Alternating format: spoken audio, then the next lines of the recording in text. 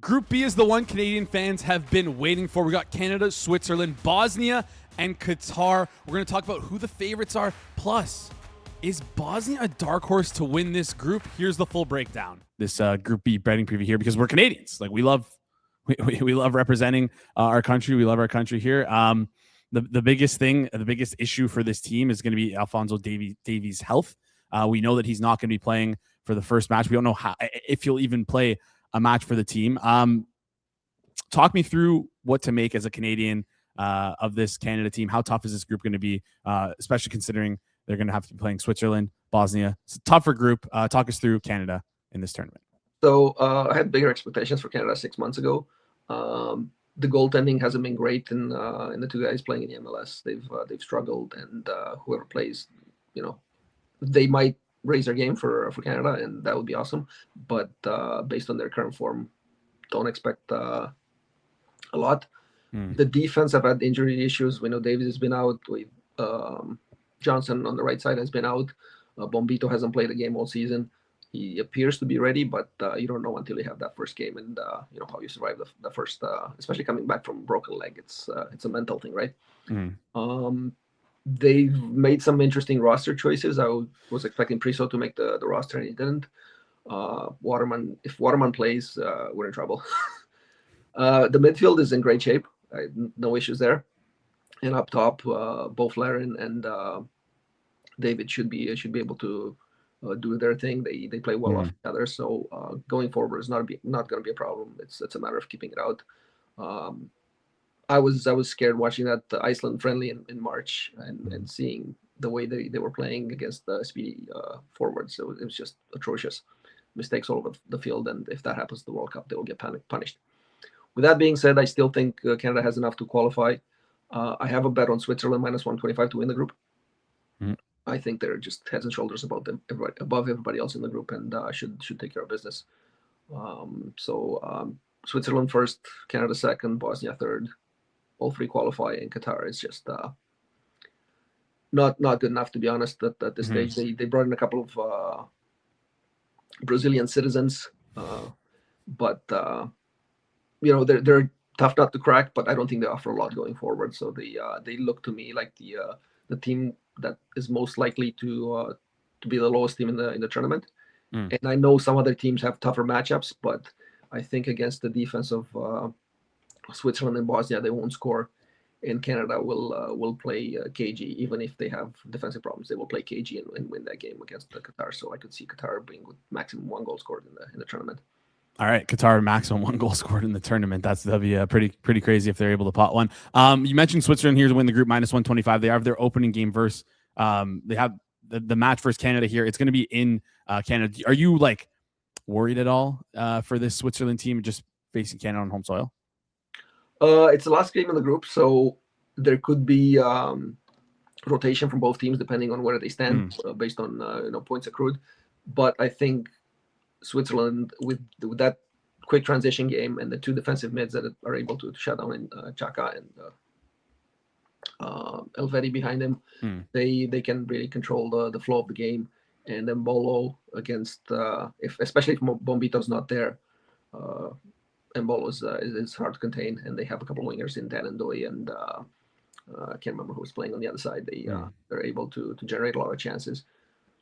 I think Switzerland, they won't walk away with it, but they're in pretty good shape to deal with Canada. Yeah, depending who you ask, let's move on to talk Bosnia here, because depending who you ask, they sort of went on a little bit of a Cinderella run, knocking out Italy out of the qualifying there. I mean, Edin Dzeko is sort of the focal point of their attack. How does this Bosnia team fare in this group? Do they have a chance in the opener versus Canada here? If we're as Canadians, as fans of Canada, Team Canada here, should we be worried about this Bosnia side? Absolutely, yeah. So Bosnia has some warts on defense. Their goalie's not great. I've seen him in qualifying, and I've seen him in the playoffs. They are a team that's very physical. They can, especially at home with that home support and I call it the potato field that they play on. It makes it difficult for teams that are more creative and more skilled to apply their style. But on a World Cup pitch, that is not gonna be a factor.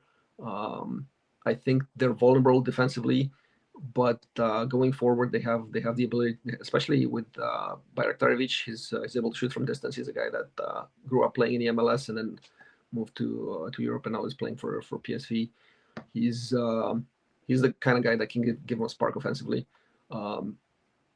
Dzeko is that presence in the box that can always take advantage of a set play or even go one-on-one with defense.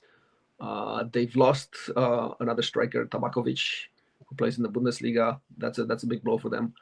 But they have a lot of creative players. They are physical and they're motivated. So don't overestimate them, don't overlook them, and you will do okay. But on their day, they could beat anybody. So, and they have the awesome video. I don't know if you've seen that. Take Me to America. No, what is it? Look it up. I'll send the link.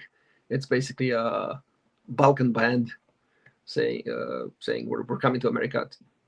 I don't know if they're overlooking Canada because they're going to America, but it's one of those viral things. Yeah, no. This Bosnia side is a little scary, especially watching them versus Italy here. Gonna have to look up that video. The kid, I think we talked about this after the Italy game. Alabegovic, I think is his name. Alabegovic, the player, the winger. Yes, he plays for Red Bull. Yeah, he looked incredible in that game. Just someone to maybe keep an eye on there. If you're a fan of watching and you're from Canada, you just have to keep an eye on. We might be dangerous for this Canada side. Give me your exact finishing order for Group B here. Obviously, the Switzerland-Canada matchup is pretty important. Sort of sets the ceiling for both teams. Seems like you like Switzerland more than Canada here. Talk me through this group. Give me your exact finishing order and how far you see each team going. Yeah, Switzerland number 1, Canada number 2, Bosnia 3 and qualifies, and Qatar out with 0 points, 0 or 1 goal scored. Switzerland's a pesky team. They are tournament tested. Depending on how the draw shakes up for them, around the 16 quarterfinals, not out of the question. Canada getting that matchup, finishing second and going to LA on short break, a short rest, playing against the second place team from Mexico's group. If it's Mexico, they're probably in trouble in LA with a pro-Mexico crowd. If they play the Czechs or the Koreans, they have a chance to advance. And getting past the round of 16 is a success for Canada. Getting to the round of 16 is probably the expectations, and anything short of that, not qualifying out of the group, is probably a disappointment. Yeah, hopefully no disappointment there for Canada.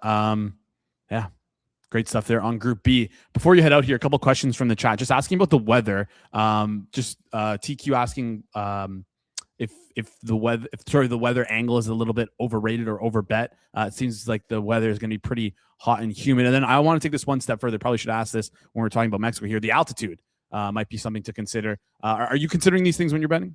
Absolutely. So I did a lot of reading on the altitude in Mexico and what Brazil did in 1970 when they won the World Cup in Mexico. They basically trained at altitude. Based on studies, the altitude issue is not exactly the game you play at altitude. It's the recovery time and being ready for the next game, especially on short rest. So my angle is looking at whoever wins that Mexico-England game in the quarters going to Miami. That team is going to have dead legs. All right, so I love that. That's the only betting angles you get here on the show. That's such a great little nugget. Gonna have to bookmark that and remind myself of that in the future there. So Mexico, England, whoever wins that matchup might be on sea legs. Tough. No, it seems like it's not coming home. It's absolutely not coming home. It's never come home if you think about it. The only time they won was on home soil. So there you go. There you go. Goon, appreciate you joining the show. Any final thoughts before you head out here on these two groups? Any final opinions? Anything we missed or didn't touch on that you want to just mention here? Not really. You just want to keep an eye on injuries for Canada. How do in the two friendlies that they have. I don't expect Bombito and Davies to get starting roles, or in case of Davies, probably not even play. If Bombito gets in, see how he looks speed-wise, and if there's any hesitancy there. Yeah, a little disappointing that we can't get. We probably won't get Davies to play, and if we do get him, he definitely won't be at. He'll play, but it's just probably not the opener. Not 100. Yeah, okay, true. But he just you think he'll be able to play at like 100%, or it'll just be like 80%, 70%? 100% in bubble wrap. Okay. All right. Sounds good. Sounds good. Adrian, appreciate you joining the show. Hope you're getting ready for your little North American World Tour. We'll chat soon. Appreciate you joining. You can follow Adrian on Twitter at Drunken Goon. Goon, we'll chat soon. All right. Thank you.